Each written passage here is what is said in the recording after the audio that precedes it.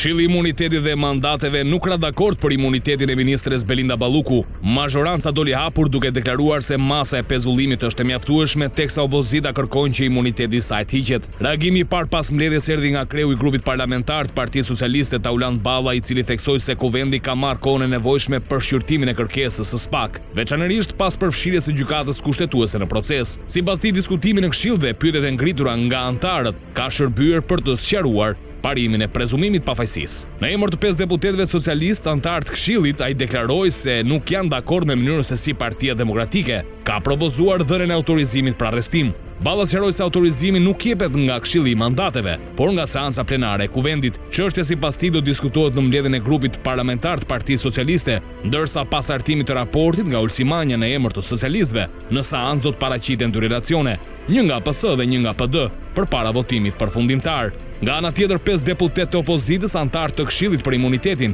kanë zbardhur qëndrimin e tyre përfundimtar, duke rekomanduar që kuvendi të votojë pro kërkesës së SPAK për heqjen e imunitetit dhe autorizimin e arrestimit të Belinda Ballukut. Në dokumentin e tyre ata kërkojnë që në seancë plenare të miratohet kërkesa për zëvendësimin e masave aktuale të sigurisë, ndalimi i daljes jashtë shtetit dhe pezullimi i ushtrimit të një detyra shërbimi publik, me masën e arrestit në burg ose arrestit në shtëpi.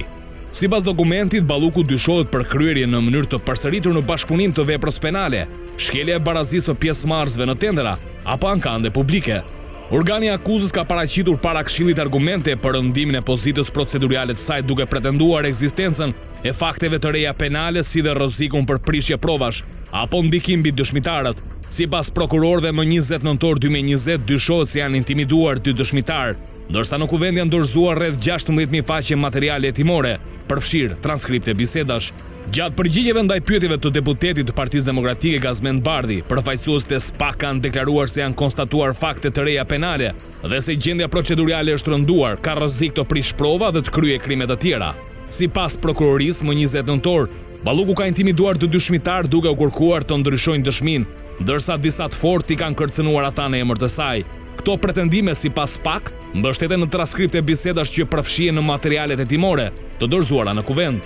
Kreu i SPAK Lodian Bravo theksoi se në momentin kur u kërkua masa e parë e sigurisë, Balluku rrezikonte deri në 10 vite burg, ndërsa sot situata e saj është rënduar dhe me akuzat aktuale rrezikon deri në 35 vite burg, deklaroi ai në këtë seancë. Nga ana tjetër, mbrojtja e zëvendës kryeministres ka kundërshtuar kërkesën e SPAK, duke theksuar se barra e provës i takon prokurorisë dhe se nuk ka element konkret që të provojnë rrezikun e largimit nga vendi apo ndërhyrjes në hetim. Sipas prokurorisë, Balluku apo avokatët e saj nuk kanë ngritur pretendime për ndikim politik apo për ndjekje politike nga organi i akuzës. Rekomandimi i opozitës dhe raporti i shumicës pritet të paraqiten seancës plenare ku deputetët do të vendosin me vot përfundimisht mbi autorizimin e kërkesës së SPAK. Tani, çfarë po ndodh me imunitetin e Belinda Ballukut? Mos ndoshta mazhoranca po mbrohet mbas le të themi parimit prezumimit të pafajësisë? Shiko, çështja Balluku është futur një spirale tepër të rrezikshme. Kjo parë në këndvështrimin tim. SPAK është autoriteti i vetëm që ka të drejtë të gjykojë mbi mjaftueshmërinë apo pamjaftueshmërinë e masave të sigurisë në raport me subjektin e veprës penale. SPAK-u e shikon si një person i rrezikshëm dhe një ndër argumentat përtej shtimit të disa akuzave tjera për çështje të tjera, pra duke e trajtuar Ballukun si subjekt veprës penale si një recidiviste në fushën e korrupsionit, shpërdorimit detyrës e tjerë, të gjëra të cilat do provohen gjatë rrugës dhe për të cilat ka bindur gjykatën. Fakti që SPAK-u ka bindur GKK-n për nivelin e implikimit në veprimtari kriminale, për rrezikshmërinë që ajo paraqet në aspektin e intimidimit të dëshmitarëve, por jo vetëm të dëshmitarëve, edhe personave tjerë të implikuar në këtë veprimtari kriminale të shpërdorimit të fondeve publike. Pra emra pjesë të dosjes, po themi. Pjesë të dosjes që janë në burg apo jashtë burgut, që janë në gjendje të lirë, edhe që dinë shumë për skemen, sepse ato kanë vepruar si një grup i strukturuar kriminal. Dhe me sa kam kuptuar, prokurorët ja kanë komunikuar Belinda Ballukut skemen e funksionimit dhe si kanë vepruar, edhe ndaj Belinda Balluku sa po ka dal nga Spaku, ka shkuar në Vlorë në takim me punonjësit e ujësjellësit dhe të OSHE-s dhe i ka akuzuar ato për ato lexuesit e atyre, lexuesit e macave, duke u thënë që ju keni vepruar si një grup i strukturuar kriminal. Për atë që ka i kishte thënë Spaku, Belinda akuzoi varësit e saj që imagjino se sa korrupsion mund të jetë tek macat e ujit dhe të elektrikut, ndërkohë që Belinda vetë në një firmë ka kaluar ose ka abuzuar 50 milion euro në rastin e tunelit Llogaras. Tani, si e shikoj unë problemin? Prononcimi i Taulant Ballës dhe Ulsi Manës pas daljes nga mbledhja e Komisionit të Mandateve më ngjason të si ato pjesët e grupeve kriminale që merren me zhdukjen e provave dhe jo vetëm zhdukjen e provave, po edhe përkrahjen pas kryerjes së krimit, për ta larguar nga vendi i ngjarjes, për të zhdukur provat, për të djegur provat, për të prishur provat. Sepse ato dolën, njëri tha, janë të mjaftueshme këto masa që ka marrë deri më tani, që nuk i takon, nuk janë për këtë antarët e parlamentit, apo antarët e Komisionit të Mandateve. Ata janë për të vlerësuar nëse subjekti i veprës penale që ndiqet nga Spaku, po i bëhet shkelje procedure, po i bëhet një hetim politik, apo ndëshkohet politikisht, apo ndëshkohet me pa të drejtë. Por fakti që... Mbrojtja thot që jo, të paktën mbrojtja e Ballukut, ajo çfarë ka argumentuar në Këshillin e Imuniteteve ka thënë që nuk kanë një ankesë të tillë që të ketë një përndjekje politike, po themi. Shiko, mbrojtja është bindur sepse është njohur me provat që disponon Spaku dhe që i ka vlerësuar në gjykat. Dhe nuk mund të thotë mbrojtja. Problemi qëndron që Partia Socialiste, duke e ditur se deri ku shkon hetimi për çështjet e Ballukut, prapat cilave qëndron vetë Rama, normalisht është e angazhuar totalisht për ta mbrojtur. Por ka një problem. Unë, si e gjykoj unë. Tani, pas mbledhjes së Komisionit Mandateve priten 2 raporte. Një raport pritet nga antarët e Komisionit Mandateve të Pakicës dhe një raport nga të Shumicës. Që është e vërteta, që janë të dy të kundërt. Pa tjetër, por ka dhe një problem. Ndërkohë që kërkesën e ka bërë Spaku, antarët e Komisionit të Mandateve të Partisë Socialiste, me përfaqësimin e Taulant Ballës, me gojen dhe prononcimin e Taulant Ballës para mediave, ka thënë që ne e gjykojmë që Spaku i ka kushtet e mjaftueshme dhe e ka pezulluar, e ka bërë dhe nuk e lëshojmë. Thot Taulant. Po çfarë mesazhi është ky për drejtësinë, Prençi? Shiko, unë mendoj që Taulant Balla, për sa kohë ishte Rama jashtë shtetit, është prononcuar me mendjen e vet, por unë gjykoj që tek hartimi i raportit nëpërmjet cilit do t'i drejtohen parlamentit. Po, relacioni shoqërues. Besoj raport quhet ai. Raport, okay. Raport palësh. Dhe unë mendoj që do mbajnë qëndrim tjetër dhe unë jam i bindur që kam bindjen unë që në seancë plenare antarët e parlamentit do të votojnë heqjen e mandatit.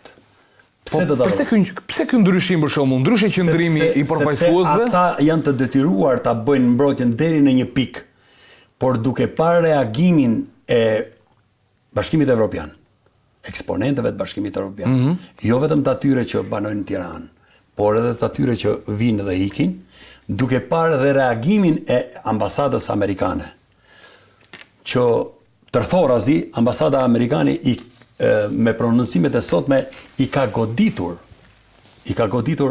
linjat që Belinda Balluku përdor për presione, për intimidime e tjere. Pra parë në këtë këndvështrim, unë mendoj që Edi Rama do e vlerësoj edhe njëherë situatën, sepse nëse do ta bëjë ndryshe, pikjada nuk është më për Belindën, do jetë për Edi Rama. Çfarë mund të ndodhi nëse këta nuk e japin imunitetin për shembull? Flasim për pak për këtë intrigën politike që po luhet aty. Sot janë ekspozuar disa raporte të kontrollit lartë shtetit, të cilat kanë nxjerrur një bilanc shumë të çuditshëm të investimeve në infrastrukturë. dhe varion diku ke 3.5 miliard euro në këto 10 vite, Po? të investuara pa kriter, pa cilësi, me nivel korrupsioni shumë të lartë, dhe që sot të gjitha këto investime janë shkërmoqur totalisht. Do ta diskutojmë, kemi çështje. Patjetër, po. Mos ma zauro tani. Jo, nuk jam duke zauro. Thjesht duke u orientuar. Po lidh me Ministrinë e Infrastrukturës, pa me Ministrinë e Linjës. Ne po themi Ministria e Infrastrukturës, se atje funksionojnë segmente ndryshme, është autoriteti rrugor shqiptar. Ama këto para që unë sapo citova, të raportit kontrollit të lartë shtetit, kanë të bëjnë vetëm me ARSH-n. Vetëm ARSH-n. ARSH-n, infrastrukturë. Pra vetëm rrugë po themi. Nuk po themi energji elektrike. E qartë, ose autoritet portual apo Ekurudha, vetëm rrugë. Vetëm rrugë. 3.4 ka filluar me 24.5 miliard të reja. Po. Para 10 vitesh, dhe sot ishte 44.5. Pra gati është dyfishuar fondi i investimeve për çdo vit. Pra nga viti 2014 deri në ditët nga 2016 deri në ditët e sotme. Çka do të thotë që mesatarisht janë shpërdoruar 350 milion euro në vit për rrugët, dhe ndërkohë sipas inventarit janë mbi 22 segmente rrugësh të rëndësishme që i kanë hangër shteti shqiptar mbi secili segment mbi 100 milion euro dhe nuk funksionon. Do ta sqarojmë edhe këtë. Ju po thoni që mazhoranca do dorëzohet përballë presionit ndërkombëtar për Ballukun. Ndërkohë që Balluku po themi intriga mund të jetë kjo që mund t'i thonë që ne deri në këtë pikë të mbrojtëm, sepse këtu s'na linin më të tjerë. Ashtu i bie. Absolutisht, sepse dhe SPAK-u, jo vetëm SPAK-u, por edhe ata që e mbikëqyrin SPAK-un, nga BE-ja dhe Shtetet Bashkuara të Amerikës, normalisht po mbajnë qëndrim shumë të fortë dhe po i mbikëqyrin dhe po i ndjekin hap pas hapi të gjitha veprimet e SPAK-ut dhe GKK-s. Parë në këtë këndvështrim, duke ju referuar edhe qëndrimit që mbajti GKK-ja në raport me gjykatën kushtetuese, që nuk u paraqit. Po, sepse zakonisht paktën gjykatat nuk shkojnë për të referuar vendimin që kanë dhënë. Po, parë në këtë, tregon që këtu ka një konvergjencë shumë të madhe, dhe besoj që pjesa e antarëve të parlamentit të Partisë Socialiste që janë njohur me aq prova sa SPAK-u ka paraqitur në parlament ose për komisionin e mandatave, janë të bindur që janë në kushtet e pamundësisë për ta mbrojtur me tutje. Pra, në fund të fundit, ata nuk mund bëhen më përkrahas pas kryerjes krimit. Sepse mund të ndodhi, që kjo është rast pas rasti, nuk mund të ndodhi që SPAK-u në një ditë të bukur mund të fillojë procedimet penale për përkrahje pas kryerjes krimit. Dhe pavarësisht do jap leje parlamenti apo s'do jap, do fillojë procedimin penal. Mund ta bëjë këtë. Sepse ka njerëz që nuk shprehen, nuk mban përgjegjësi antari i parlamentit për ato që ka kryer në parlament, në mënyrë kategorike. Por kur ai, antari i parlamentit, angazhohet në formën publike, mediatike, dhe si në rastin e Klotilda Bushkës, dhe umurën e tim.